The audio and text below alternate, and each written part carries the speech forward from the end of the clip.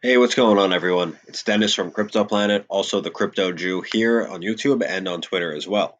And today I'm going to be giving you guys a look into a cryptocurrency that I decided to put a small amount of my money into, a very small amount. And I just want to clarify, I have been gone for about a month, so many of you guys haven't seen me on here recently. My subscriber count has been growing since I've left, which is very nice. I guess crypto is bouncing back, which is something that I have been expecting. I've been very pro altcoins in the past 2 months or so, which I'm glad to see has been working out for everyone who's been listening to me, including myself.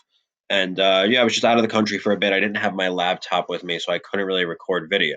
But I'll tell you guys why I decided to get into TCASH.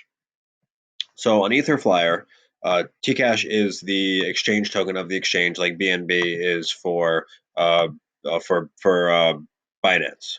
And this coin, I was originally trying to buy ACU, which is the token for Atheon, which is a different ICO that I have a small amount of cash in. I don't put too much of my funds into these sort of coins. I put a very small amount. I was trying to buy about $50 worth using Ethereum. My buy order didn't fill. I had this buy order set the entire month while I was gone. I came back. My Ethereum went up about 50% in value. I wasn't able to purchase the ACU, but I decided to put the Ethereum into Tcash instead. And since then, I've been able to purchase this Tcash. Bought a very small amount. I bought about 5,714 shares worth, about $75. And I'm going to show you guys as to why I'm doing that.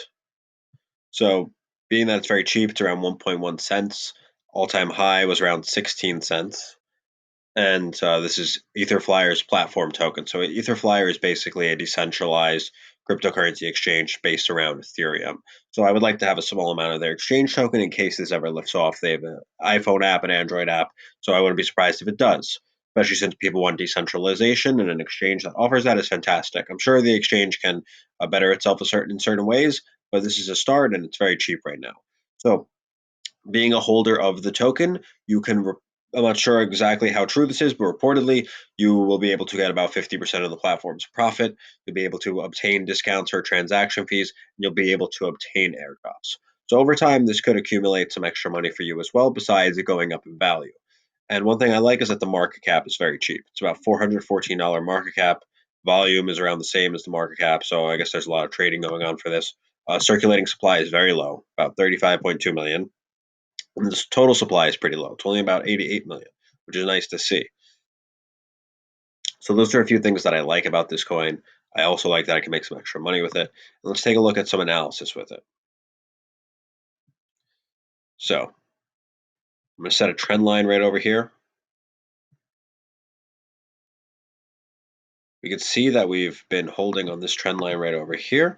I would say a fall underneath would give us the possibility of moving down to either one of these supports right over here.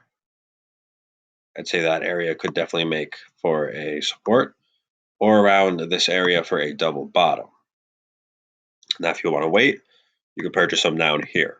If it goes down there, it may throw a little bit more money in. One thing I've noticed with a lot of these altcoin pumps that have been happening, you see a lot of the major caps pumping first, like Ethereum. Then you see some of the mid caps like ICX, ADA, ZRX, NEO. You see those pump next. And then after that, you see a lot of the smaller caps pump.